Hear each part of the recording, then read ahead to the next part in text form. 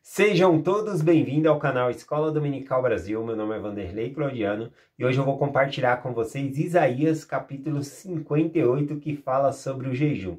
Esse capítulo é muito rico para ensinamentos sobre o jejum. O próprio Senhor fala a maneira que é aceitável nós fazermos jejum. Bom, eu vou dividir esse capítulo aqui em duas partes, tá bom? Para que nós possamos aprender melhor. Hoje eu vou ler até o versículo 7 e do versículo 8 em diante fala das bênçãos que recebemos ao fazer o jejum, tá bom? Então eu vou dividir. Eu decidi deixar esse tema para o final de semana porque esse próximo domingo agora na igreja é reunião de jejum e testemunho. Na verdade, todo primeiro domingo do mês a igreja ela reserva como domingo de jejum e testemunho. Como domingo passado foi a reunião da conferência geral, né, o primeiro domingo do mês, então como não tivemos as nossas reuniões dentro da igreja, foi a conferência geral, a reunião de jejum e testemunho passa para o segundo domingo do mês, então nós vamos fazer reunião de jejum e testemunho no próximo domingo. Exceto a Maria Dalva, né, que mandou mensagem que o próximo domingo agora é conferência da estaca dela, a estaca Ibiribeira, né? Um forte abraço aí de novo para a estaca Ibiribeira, né? Então a estaca Ibiribeira em especial vai fazer então no terceiro domingo do mês nas aulas, reunião de jejum e testemunho. Tá bom? Essa é uma reunião muito importante dentro da igreja. Bom, vamos então começar aqui a falar sobre o jejum. Mandar um forte abraço para a Zeza também, que mandou uma mensagem aqui no canal, falando que ela leu a descrição do vídeo que eu acabo compartilhando aqui no YouTube. E ela aprendeu muita coisa, né? Depois ela até mandou uma outra mensagem que nunca mais vai deixar de ler a descrição. Porque muita coisa que eu não falo tá na descrição, tá bom? Então acompanhem na descrição aí da mensagem também, dá para aprender bastante coisa. Vamos lá na mensagem de hoje aqui, eu vou começar falando aqui algumas coisas sobre o jejum. Eu já falei que o jejum nós fazemos aqui, a igreja estabeleceu como o primeiro domingo do mês, mas nós podemos fazer outras vezes também. O jejum de acordo com nossas necessidades, tá bom?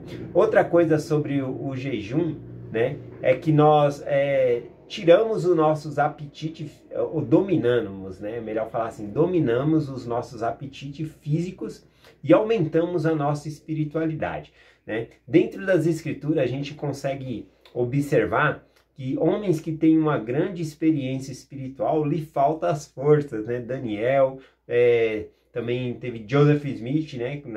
Quando ele viu Deus, o Pai, Jesus Cristo, faltou-lhe as forças, né? E Moisés e outros, né? Eles faltam a força. A carne diminui a força da carne e a espiritualidade daquela pessoa aumenta. E o jejum, nós podemos ter essa espiritualidade, porque nós enfraquecemos o nosso corpo e elevamos o nosso espírito, tá bom? Então, no jejum, a gente acaba aí dominando a nossa carne e fazendo o espírito sobrepujar a carne, nos aproximando mais de Deus. Outra coisa do jejum aqui também é que nós podemos sentir empatia. Empatia é se pôr no lugar das outras pessoas. Quando você está jejuando, você está se pondo no lugar daquela pessoa que não tem o que comer, né? E aí isso faz com que você sinta empatia pelaquela pessoa. E aí então você abre o seu coração e também é uma oportunidade de você ser generoso e ajudar pessoas, né? Por meio da oferta de jejum a terem o que comer, tá bom? Então tem essa parte também. O jejum também nos ensina sobre não sermos egoístas, né? Egoísta é aquela pessoa que quer tudo para si, né? Eu achei muito interessante assistindo uma live no canal Evangelho em Perspectiva, até compartilhei algum dos meus pensamentos sobre o jejum, e a irmã, né, a irmã Poliana, né, acabou compartilhando lá, falando sobre que até mesmo o rico, né, que não sente falta de nada de comida assim, quando ele jejua, é uma oportunidade dele saber como que uma pessoa que tem fome se sente. E assim ele ser generoso na sua oferta de jejum para abençoar a vida de outras pessoas. Eu achei muito interessante o comentário dela. Recomendo demais aí o canal Evangelho em Perspectiva, tá bom? Eles fazem uma live toda terça-feira às 20h30. Tá bom? A live fica gravada, se você não assistiu ainda, vou deixar o link aqui no final da descrição do meu vídeo para vocês clicar e assistir. Ao assistir a live deles, que falou também sobre Isaías 58, eu me senti com mais desejo ainda de jejuar, inclusive mais de uma vez por semana. O desejo foi forte ali de jejuar, tá bom? Então vamos lá. O que mais eu marquei aqui sobre o jejum, tá bom? Para nós aqui. Aqui eu falei também, o jejum também, ele é muito bom para que nós possamos obter revelação pessoal, tá bom? Alguma coisa que nós queremos saber do Senhor, tomar uma decisão para trazer soluções financeiras que o Senhor possa nos revelar. A gente pode buscar várias coisas por meio do jejum, tá bom? E também o jejum, ele nos ajuda a ser autossuficiente. O que é uma pessoa ser autossuficiente? Uma pessoa autossuficiente é uma pessoa que tem para si mesma, tá bom? E ainda consegue ajudar outras pessoas, e o jejum é um modo de nós se tornarmos aí autossuficientes. Mas vamos aqui para os versículos, tá bom? Da escritura de hoje. Se encontra aqui em Isaías 58, versículo 1. Aqui é importante dizer que o primeiro versículo aqui é o Senhor falando a Isaías, tá bom? Dando uma ordem a ele. E aqui o Senhor diz o seguinte: clama em alta voz, não te retenhas. Levanta a tua voz como trombeta e anuncia ao meu povo a sua transgressão, a casa de Jacó os seus pecados. Bom, então aqui o Senhor, ele instrui, né, Isaías, alertando ele sobre os pecados do povo, que não é para ele se conter, é para ele falar com toda a energia que a voz dele puder, tá bom? Para ele alertar o povo sobre o pecado, tá bom? E aí a gente vai ver quais são esses pecados aqui. Eu acho interessante também, aqui no versículo 2, que o Senhor ele começa falando do que o povo está fazendo certo. Tá bom? É muito importante aí o elogio. E aqui o Senhor fala sobre... Importante dizer que esse discurso, né, essa mensagem aqui, Deus está se dirigindo ao povo dele, ao povo... vamos falar, ao povo como se fosse hoje em dia o povo da igreja, porque o discurso daquela época também serve para nossos dias agora. Então são as pessoas que estão ativas na igreja e estão frequentando as reuniões. Então nós devemos olhar nessa ótica. O Senhor começa a elogiar no versículo 2 dizendo: ainda que me buscam cada dia, tomo prazer em fazer os meus caminhos, como o meu povo na prática da justiça. Não deixa o direito de Deus. Perguntam-me pelo direito da justiça e tem prazer em se achegar-se a Deus. Então aqui a gente viu vários elogios que Deus fez ao seu povo, né? A parte que ele fala aqui, ó, não deixes o direito do seu Deus, também permite a tradução aqui, né? Ou seja, o significado seria, eles não deixam as ordenanças de Deus. Então o povo está cumprindo as ordenanças, eles vão na igreja todo domingo, tomam o sacramento, tá bom? Trazendo para os nossos dias, era isso que significa. Também aqui significa, né, que eles fazem as suas orações regularmente, que eles buscam o caminho do Senhor, estão em retidão, buscando o Senhor em retidão, tá bom? E também que eles são fiéis às suas ordenanças. Então aqui no versículo 2, muito bom, porque a gente vê elogio. E a gente está na igreja, a gente consegue ser pessoas melhores realmente, né? Mas sempre tem algo que melhorar. E aí então vem aqui no versículo 3 o Senhor explicando, né, porque o povo, apesar de estar jejuando, eles não estavam jejuando da maneira certa. E eu acho muito interessante que Isaías coloca aqui, né, que é o Senhor falando por meio de Isaías, ele explica ao povo por meio de perguntas retóricas, tá bom? E perguntas retóricas não são perguntas para as pessoas responder. É um tipo de ensinamento que você faz uma pergunta para a pessoa refletir e depois você mesmo responde essa pergunta. Mas é uma pergunta que basicamente só existe uma resposta para aquela pergunta, mas faz a pessoa refletir. Eu peguei aqui 2 exemplos dentro das escrituras de perguntas retóricas que o Senhor fez. Uma no Velho Testamento, outra no Novo Testamento. Olha aqui em Gênesis capítulo 18, versículo 14, uma pergunta retórica que o Senhor faz aqui a Abraão, né? A Abraão e Sara aqui, porque Sara ela estava bem de idade e Abraão também. E nessas condições era impossível Sara dar à luz a uma criança, mas o Senhor prometeu que Sara daria à luz tá bom? Que seria um filho da promessa ali. Nós sabemos que está falando de Isaac aqui, mas naquela circunstância parecia impossível. E aí aqui em Gênesis 18, versículo 14, o Senhor faz uma pergunta retórica dizendo: haveria coisa alguma difícil ao Senhor? Né? É uma pergunta retórica, porque não existe nada difícil para o Senhor. O Senhor criou o universo, todas as coisas, não tem algo. Né? Fazer uma mulher de 90 anos engravidar, para nós é impossível, mas para o Senhor é como se fosse nada. Para ele é muito fácil. Então não existe coisa difícil ao Senhor. Então ele faz uma pergunta, mas ele não espera que Abraão responda essa pergunta. É uma pergunta retórica, somente para nós pensarmos sobre o que foi falado. Outra pergunta retórica eu peguei lá em Romanos capítulo 8, versículo 31. Aqui falando sobre a presciência de Deus, sobre as pessoas ser preordenadas para chamados na igreja, chamados de cargos, de lideranças, de professor ali. E aí o Senhor pega e fala aqui no... Paulo, né, ele fala aqui no versículo Romanos 8, 31. Que diremos, pois, destas coisas, ou seja, dessas pessoas que são chamadas para ocupar esses cargos na igreja, que são pré-ordenadas por Deus? Que diremos, pois, dessas coisas?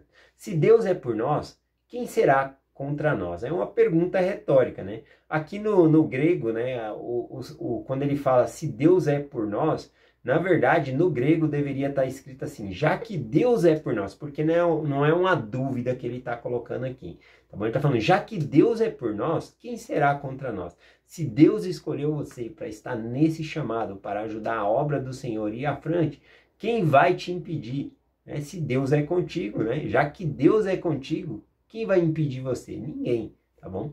Então é uma pergunta retórica aqui. Mas vamos lá para as perguntas retóricas que o Senhor faz aqui a partir do versículo 3, tá bom? Aqui de Isaías 58:3. Ele diz assim, ó, dizendo: por que jejuamos nós e tu não atentas para isso? Né? É como se o povo estivesse perguntando para Deus, mas é Deus fazendo a referência do povo perguntando para ele. Tá bom? É uma pergunta retórica. Por que jejuamos nós e tu não atentas para isso?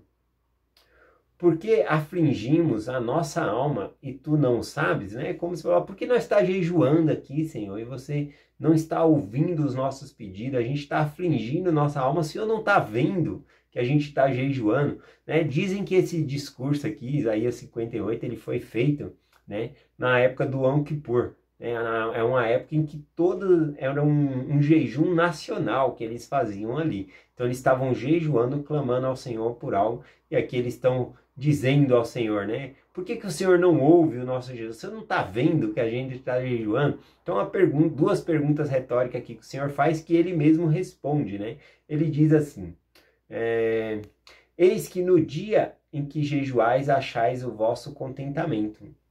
E estritamente requereis todo o vosso trabalho. Então aqui o Senhor responde por que ele não está vendo ou atentando para o jejum deles, né?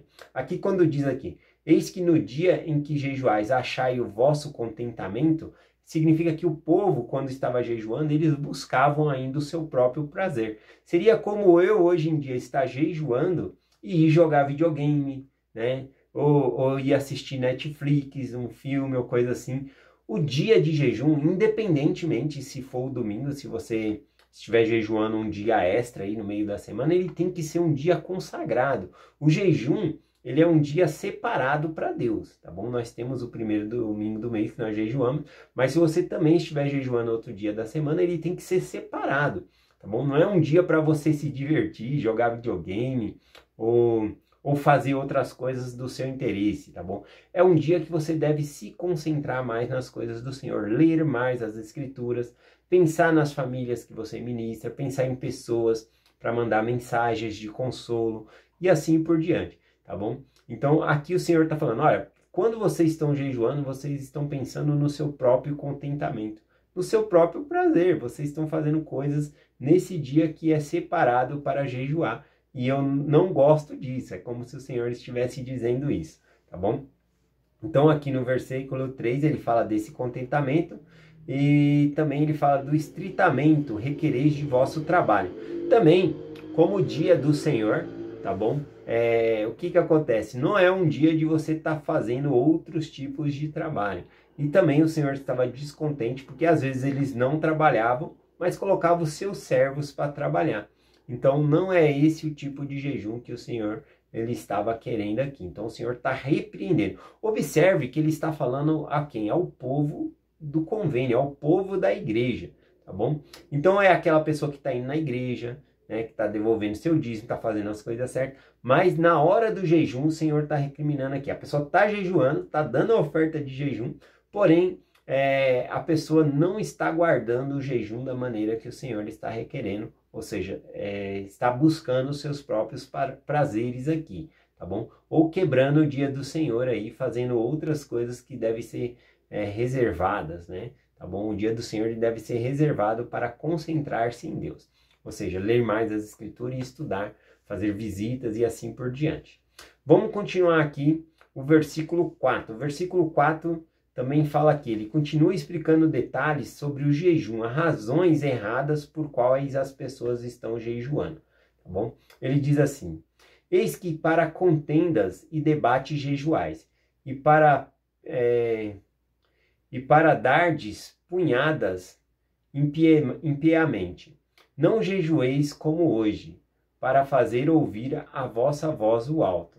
Bom, aqui quando ele diz, né, que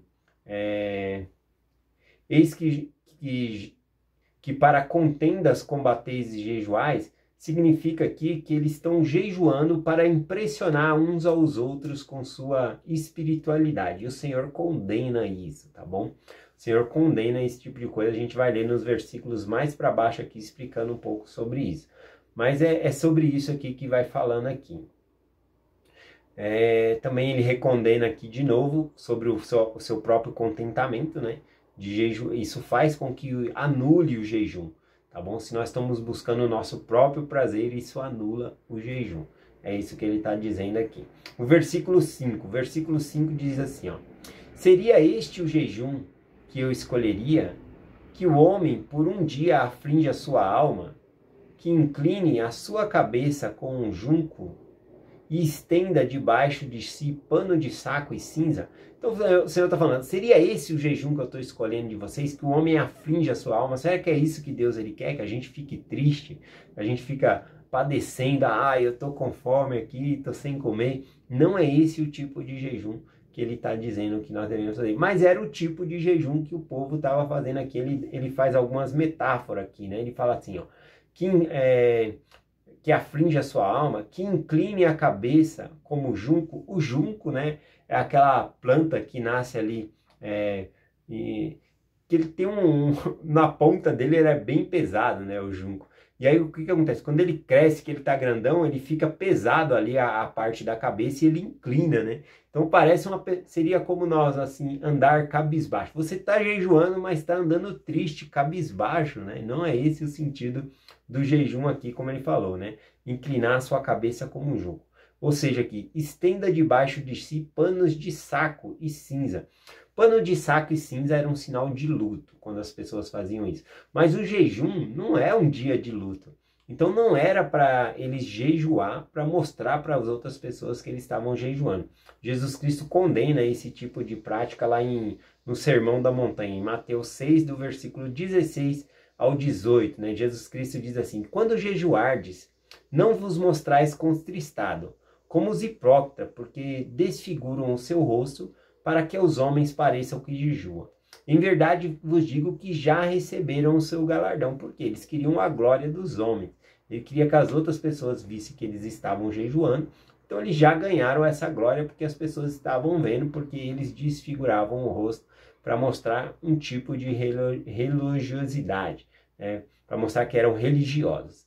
Bom, e aí Jesus Cristo diz: tu, porém, quando jejuar, unge a tua cabeça e lava o teu rosto.